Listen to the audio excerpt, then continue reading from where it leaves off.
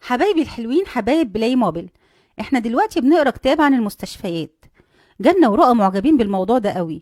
اهم حاجة بس اننا نفضل كويسين وما نحتاجش نروح مستشفى. صحيح رحنا المستشفى كذا مرة قبل كده، وعشان كده احنا جمعنا لكم 3 حلقات من حلقات المستشفيات هنا في فيديو كبير. ده اول فيديو منهم. ممكن بقى اخد الجاروف شوية احفر بيه؟ طيب حاضر، دقيقة واحدة بس، أنا لسه بستعمله. عايزة كيكة فول سوداني يا جنة انتي ورؤى؟ ايوه يا ريت. أنا كمان عايزة كيكة. طيب يلا روحوا اغسلوا ايديكم الاول عشان مليانة كلها رمل. حاضر. اتفضل يا عمر، الحتة بتاعتك اهي. الله، دي حلوة قوي. النهارده يوم جميل قوي قوي. ايوه فعلا الجو ابتدى يتحسن ويبقى دافي شويه. ماما، انا مش حاسة اني كويسة. ايه ده يا رؤى؟ ايه الحبوب الحمراء اللي في وشك دي؟ الحقيني يا ماما. الحبوب دي طلعت لك ازاي بسرعه كده؟ وكمان عينيكي ورمت. دي شكلها كده حساسيه يا بنتي.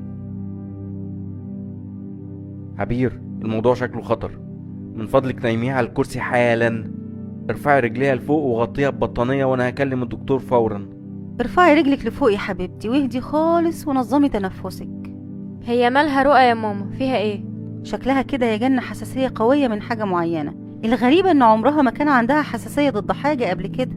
طب اقول لك، ابعت لي عربيه اسعاف حالا بسرعه. مسكينة يا رؤى. عربيه الاسعاف جايه حالا. الحمد لله.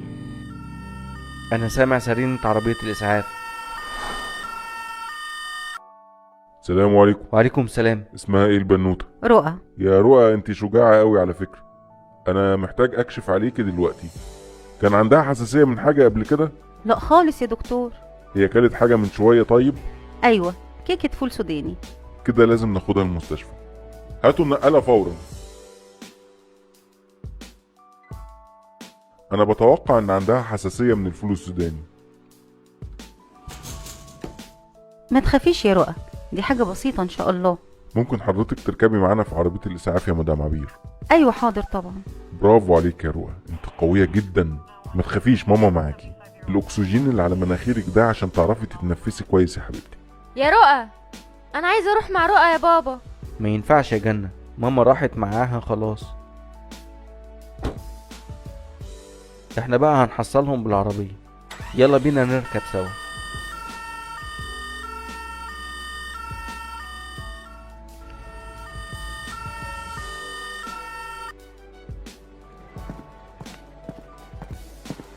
احنا هنطلع دلوقتي حالا على طوارئ المستشفى. الحالة اللي معانا حالة رؤى عمر، عندها حساسية شديدة. طيب نيمها هنا من فضلك. ازيك يا رؤى؟ انا الدكتورة اللي هتبقى معاكي، ما تخافيش. دي اول مرة خالص يجيلها حساسية من حاجة حضرتك؟ ايوه فعلا. ساعات فعلا الحساسية بتيجي بشكل مفاجئ. هناخد دلوقتي عينة دم. مسكينه يا رؤى. السلام عليكم. انا بدور على بنتي رؤى عمر. كانت جت هنا بعيد عنك في عربيه اسعاف. ايوه جت. هي في غرفة الطوارئ دلوقتي، بس ما ينفعش تخش لها خالص يا استاذ. ليه كده بس؟ اتفضل استناها هنا يا استاذ. أنا كان نفسي أخش الرؤى دلوقتي، زمانها خايفة ومحتاجانا. معلش بقى، ما هو ماما معاها. هنوديها دلوقتي على اوضة.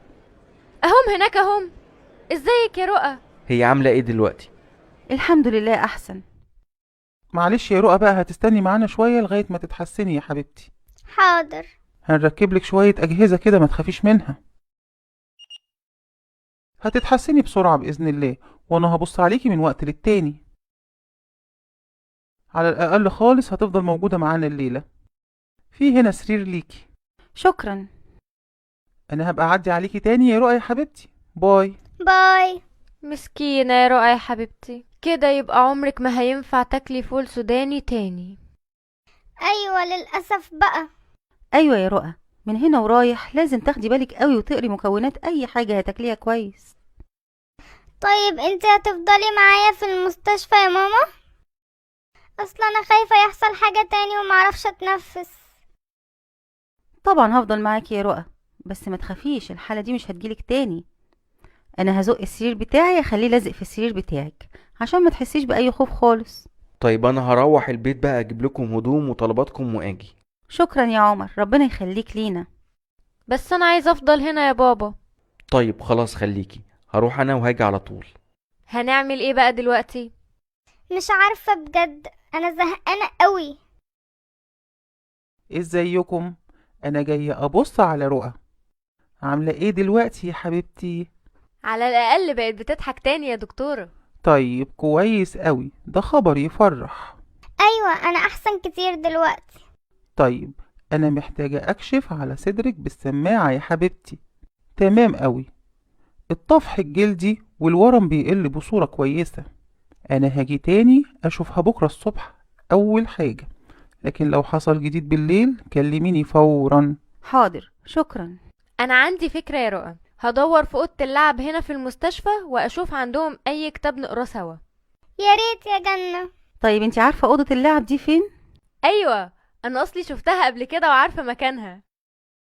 طيب احفظي رقم أوضة رؤى كويس قوي عشان ما تهيش وتعرفي ترجعي لنا. حاضر طبعا. انا جيت اهو، الحمد لله على السلامة. جبت كل احتياجاتكم معايا اهو. عاملة ايه دلوقتي يا رؤى؟ الدكتورة جت من شوية وكانت مبسوطة وبتقول إنها بتتحسن بسرعة. طب كويس قوي. انا جبت كتاب، برافو عليكي. هقرالك الكتاب يا رؤى. مساء الخير، العشاء جاهز يا فندم. الله، ده أكل يفتح النفس. جبتلكم كمان ازازة مية وشوية كوبايات. عظيم قوي، شكرا ليكي. اسيبكم بقى. باي. متهيألي نروح دلوقتي بقى ونسيبكم براحتكم. ماشي يا عمر، ما تقلقش علينا. بس انا عايزة استنى هنا معاكو. للأسف يا جنة مش هينفع خالص. يا خسارة. طيب تصبحوا على خير بقى، هاجي اشوفك بكرة يا رؤى. ماشي يا جنة، شكرا ليكي بجد. خفي بسرعة بقى يا حبيبتي وشدي حيلك، أنا متأكد إنك بكرة هتكوني خفتي خالص. أشوفك بكرة، بتمنى لك أحلام سعيدة يا حبيبتي. شكرا يا بابا يا حبيبي. خلي بالك من بابا يا جنة وما تضايقيهوش، بحبك قوي. انا كمان بحبك قوي يا ماما. سلام عليكم. مش عايزة تاكلي حاجة يا رؤى؟ بصراحة مش عارفة. طيب خدي الحتة دي كليها بس عشان خاطري. حاضر يا ماما. أنا بس محتاجة أروح الحمام دقيقة واحدة. موضوع المستشفى ده ما كانش على البال خالص يا رؤى، مش كده؟ ايوه، الحساسية دي حاجة وحشة قوي. اشمعنى انا بالذات اللي عندي حساسية من الفول السوداني؟ مش انتي بس يا رؤى، ناس كتير في الدنيا عندها حساسية من الفول السوداني ومن حاجات تانية كمان. الموضوع ممكن يجي فجأة، بتحصل عادي. انا مش عارفه انام. يا ترى يا رؤى يا حبيبتي عامله ايه دلوقتي؟ عاملة ايه دلوقتي يا رؤى؟ الحمد لله احسن. طيب كويس قوي الكلام ده. انا هكتب لها على خروج النهاردة وتقدر تروح بالسلامة. صباح صباح الخير. الخير. كتبولي على خروج يا بابا، كتبولي على خروج يا جنة. بجد؟ يعني خفتي خالص الحمد لله؟ ايوه، أنا مبسوط إنك خفيتي يا حبيبتي. كمان شالولي المحلول وقالوا لي خلاص مش محتاجة تاني، وقالوا لي اقدر العب تاني واجري براحتي. على فكرة انا ما كنتش متضايقة قوي في المستشفى. خلي بالك من نفسك يا رؤى. مع السلامة. باي. اجيب لك كيكة فول سوداني تاكليها بالمناسبة الحلوة دي؟ كيكة تاني؟ مش كفاية فول سوداني؟ ما اقصدش يا رؤى، انا بهزر معاكي بس.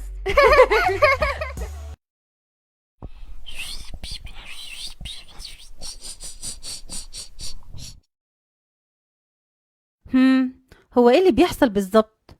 عموما تمام، اعتقد هنشوف قريب جدا. وانتوا بقى يا حبايبي شوفوا الحلقتين التانيين دلوقتي.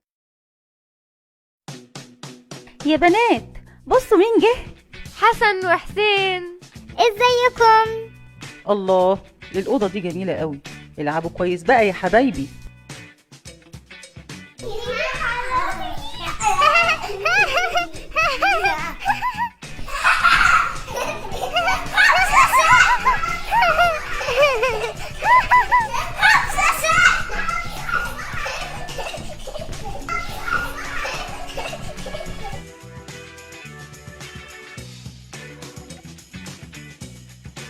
انا عايزة ابص بقى من الشباك انا كمان.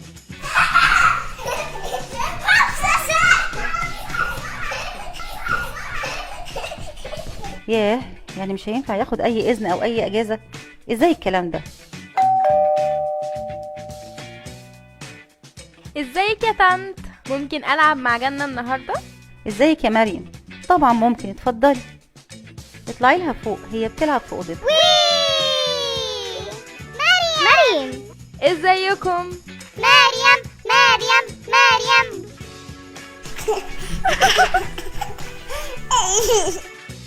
بس يا ولاد بطلوا تزغزغوني. تعالي معايا يا مريم نطلع البرج الجديد بتاعي، محدش هيعرف يطلع لنا هناك. ده جميل قوي يا جنة. تعالي بقى نشد السلم لفوق عشان محدش يطلع لنا. لذيذ قوي. يو بقى. طيب تعالوا بينا نلعب في اوضتي انا بقى. عندي لعب كتير هتعجبكم قوي. خلاص مشيوا، نقدر ننزل نلعب بقى دلوقتي. ايوه، حاجة جميلة قوي ان يكون عندك برج في اوضتك. انا هنط من عندي هنا. بجد يا جنة؟ بس دي عالية قوي. وسعيلي. رجلي. اي رجلي بتوجع قوي. رجلي شكلها اتلوحت خالص.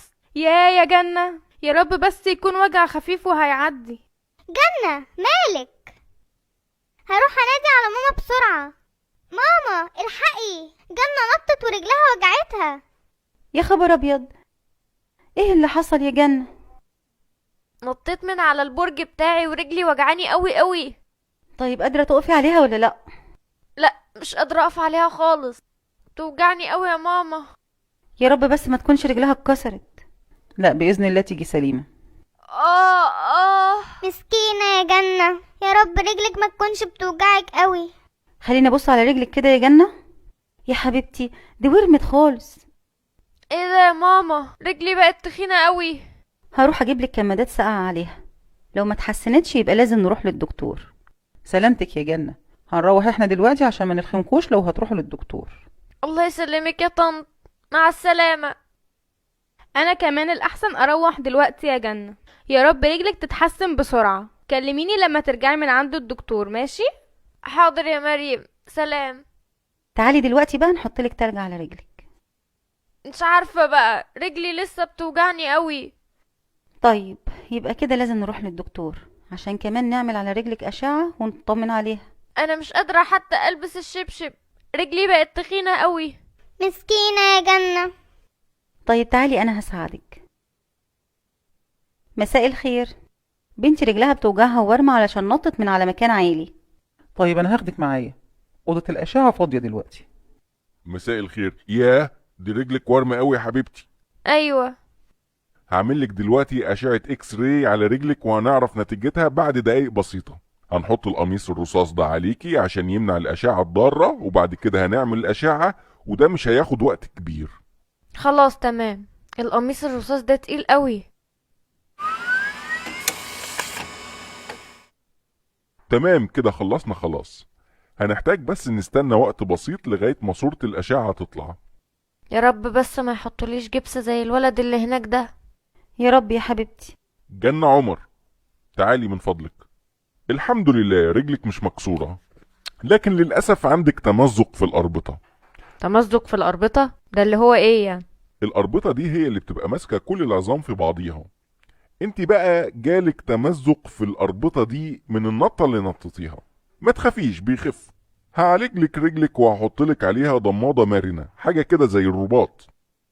بص يا ماما، بمجرد ما الورم يخف هنشيل الضمادة ونحط كبيرة، وانا هعلم مامتك ازاي تحطها، وبعدها بإذن الله هتبتدي تخفي.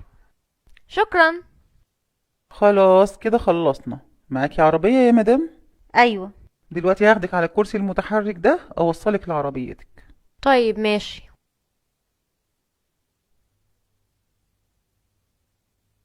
ازيك يا بابا؟ ازيك يا عمر؟ ايه ده؟ في ايه؟ مالك يا جنة؟ حصلك ايه؟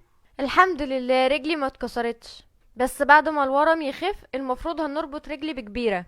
يا خبر ابيض، هو انت كنت بتحاربي مع الجيش ولا ايه يا بنتي؟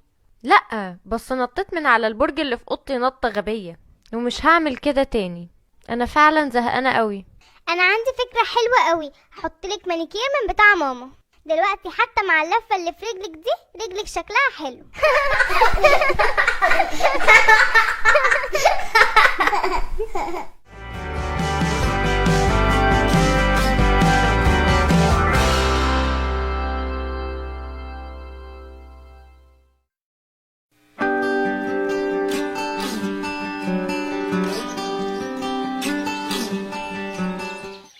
ممكن نساعدك يا ماما؟ يا ريت. المفروض نقلب التراب اللي في الأرض عشان الزرع يطلع فيها كويس. بصوا لقيت دودة. على فكرة الدود مفيد جدا لتربة الزراعة، وبيقلب هو كمان التربة وبيخليها تتنفس، فالزرع بيطلع فيها أحسن. طيب ارجعها مكانها بقى. لازم تغطيها بالتراب عشان ده مكانها الطبيعي. بص يا ماما، في زرعة هناك ابتدت تطلع فعلا. دي هتطلع زهرة عباد الشمس. أكيد الطيور هي اللي نقلت البذور للتربة هنا. دي مجرد بداية. الله، طب نخلي بالنا منها بقى ونسيبها في مكانها. دلوقتي هسوي التربة بالجاروف ده عشان نبتدي نزرع بقى. هنحط فيها الزرع ده؟ أيوة مظبوط. ده عبارة عن ورود جميلة. انا زرعت الزرعة بتاعتي. انا كمان. دلوقتي بقى اردموا على الجذور وبعدين ابتدوا اسقوا الزرع.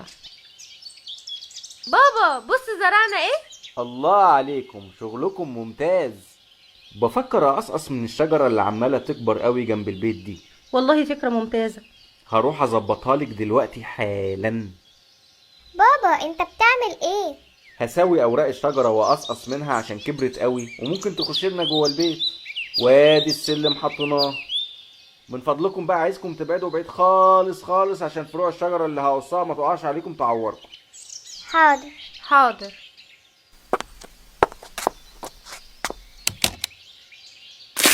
ده فرع كبير قوي اللي وقع، ده ممكن يعور جامد.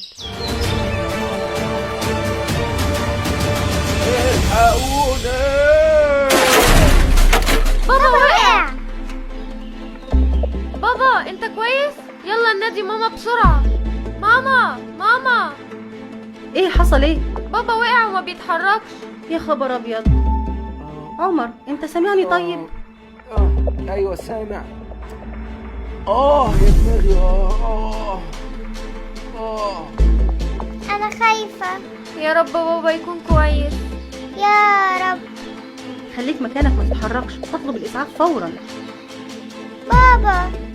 ما تقلقوش يا بنات، هبقى كويس ما تخافوش. من فضلك ابعت لي عربية اسعاف بسرعة. جوزي وقع من على السلم، دماغه اتخبطت وفقد الوعي لدقايق بسيطة. عربية الاسعاف هتيجي حالا.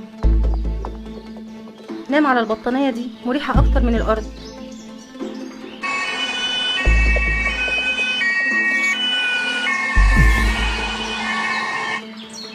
ازيك يا استاذ عمر؟ انت بقى وقعت من على السلم؟ ايوه مظبوط. وقعت بقى على ظهرك ودماغك صح؟ ايوه صح. راسي لسه بتوجعني قوي، انما ظهري احسن دلوقتي يعني شويه. الف سلامه. مدام عبير بتقول انك اغمى عليك. يا ترى فاكر الحادثه بالظبط؟ ايوه فاكرها بكل تفاصيلها.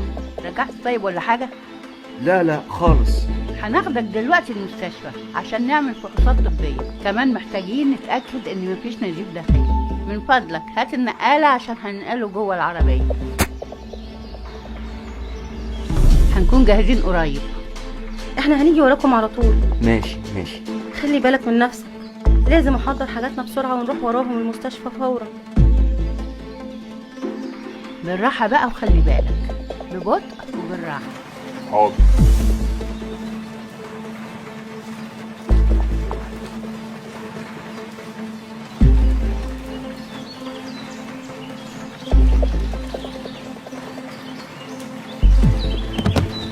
ما تنسيش تجيبي بطاقه التامين الصحي معاكي يا مدام عبير. ايوه صح، شكرا.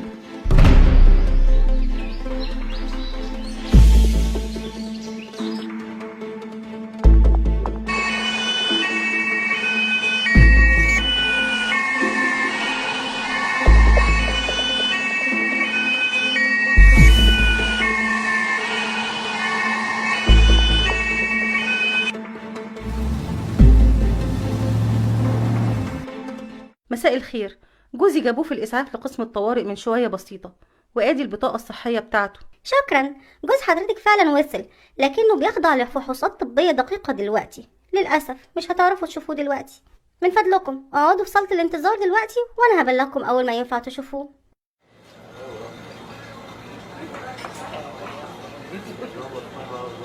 مساء الخير.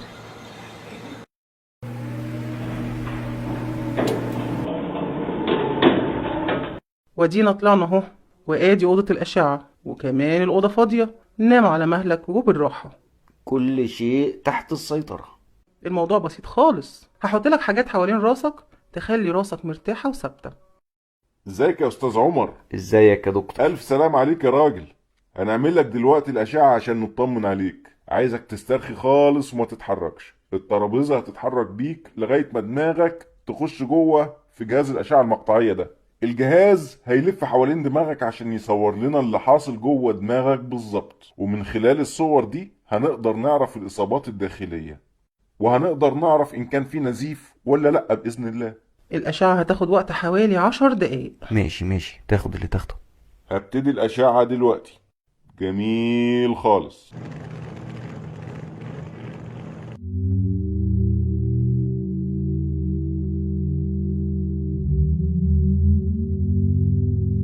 كده خلصنا خلاص. تقدر تقوم دلوقتي. الدكتور هيقول لك نتيجة الأشعة قريب أول ما يعرفها. ماشي. بص يا استاذ عمر، انت فعلا محظوظ. كل اللي حصل لك ارتجاج خفيف في المخ، ومفيش اصابات داخلية او نزيف داخلي، لكن نحب ان حضرتك تفضل معانا هنا الليلة تحت الملاحظة. الحمد لله. وماله لما اقعد ليلة؟ هاخد حضرتك دلوقتي لغرفتك، مراتك وبناتك مستنيينك هناك. اتمنى لك شفاء عاجل يا استاذ عمر. شكرا يا دكتور. خلاص وصلنا اهو. ارتاح كويس على قد ما تقدر. تحب تاخد أي دواء مسكن؟ لا شكرا، لو احتجت حاجة هقولك على طول. تمام. ازيك يا بابا؟ عمر بابا؟ ازيكم يا حبايبي؟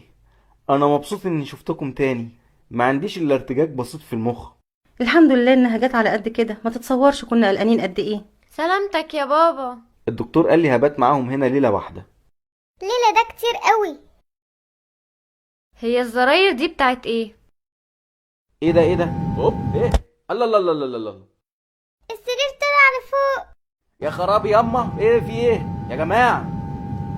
ونزل لتحت. الله. انا عايزة اجرب. الله الله الله الله الله الله. مش كفاية لعب في بابا بقى؟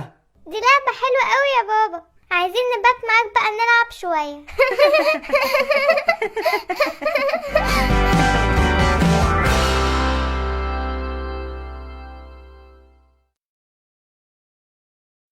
ياه يا عمر، ايه اللي حصل؟ بناتك بيقولوا اني عيان باين. ده انا كسرت كل حاجة ممكن تتكسر.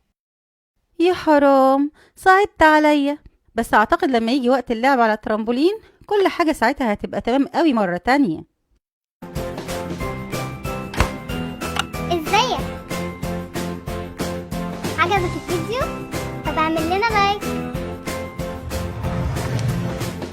واشترك في قناتنا عشان ما يفوتكش اي حاجة. مع السلامة.